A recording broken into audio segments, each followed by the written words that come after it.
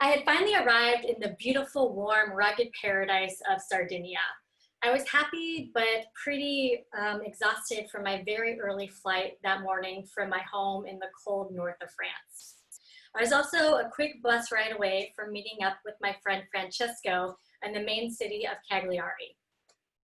I was excited and ready to reconnect with him after a few years apart, and also to lean on him to blend in as much as a pale, blonde-haired, English-speaking American girl could in a tan-skinned, dark-haired, Italian-speaking island.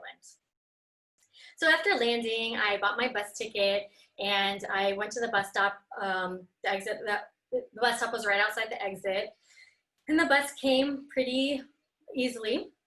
I got on and I texted Francesco to let him know that I would see him in a quick 10 minutes. You know, he was going to be the one to pick me up at the bus station.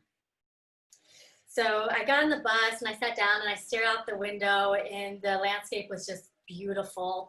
I could see us approaching the city of Cagliari, and we were kind of driving like around the outside of it.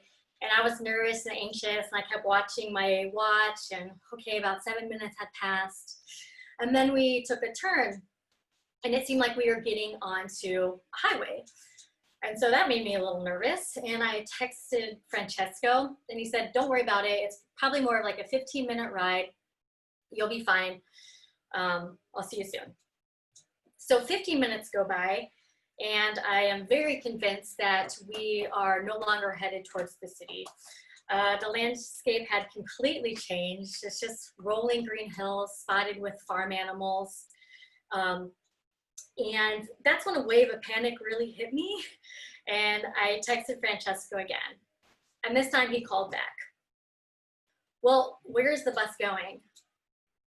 I have no idea. I went to the bus stop that you told me to, right outside the exit. The bus came, I got on it, it accepted my ticket to the city center.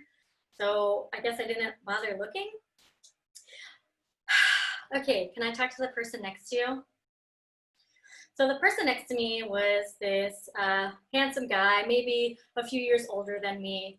I had already tried to chat with him a little bit, but it was clear that he did not speak English, so it was very unsuccessful. So I kind of like tapped him on the shoulder, and I had my phone, and I did a gesture like, hey, this phone call is for you.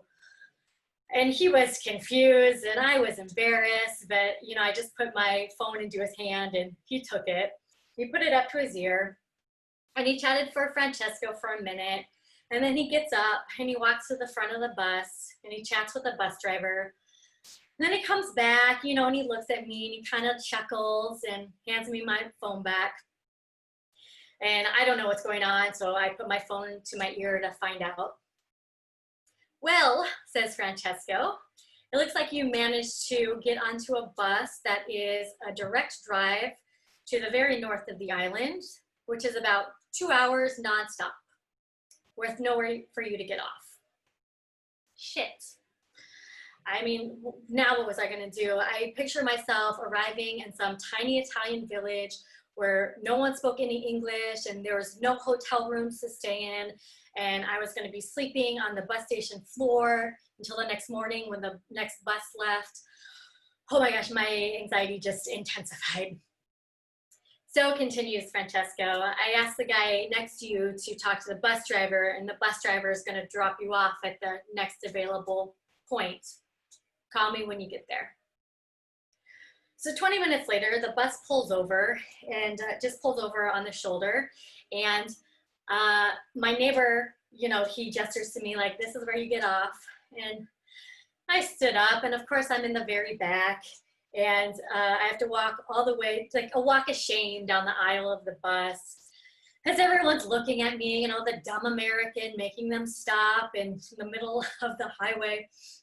So I get off and I'm on the shoulder, and I see that the gas station is on the other side of the highway. So I was like, okay, now what am I supposed to do?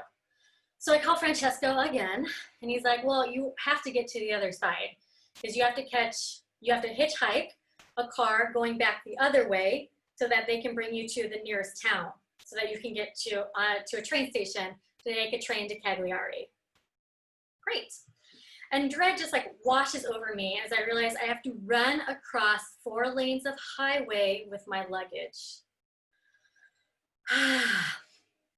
Okay, so then I walk up and down the highway a little bit to see if there was like another option. And I have like these buses and trucks rushing past me. And so after a little exploring, I see a drain pipe. And it's a huge drain pipe, and it's dark and it's moldy and it smells, and it has like a bunch of water, just like enough to cover my feet. And I say to myself, this is a much better option than running across the highway. So I hike up my pants and I throw my luggage on top of my head and I go for it. On the other side, there's a pretty steep bank that I have to climb up with my wet feet, dragging my luggage behind me. And finally, I make it to the gas station. So then I call Francesco again for my new set of instructions. And he says, okay, now you have to find the nicest looking people that you can, someone who won't murder you. And you got to get them to talk to me. I was like, okay, here we go. So I scour the parking lot and I see a car with this old couple in it. I'm like, okay, they look harmless. So I go up there and I knock on the window and, you know, they like are both scared. And the old man slowly rolls down the window and I go, English? He's like, no, of course.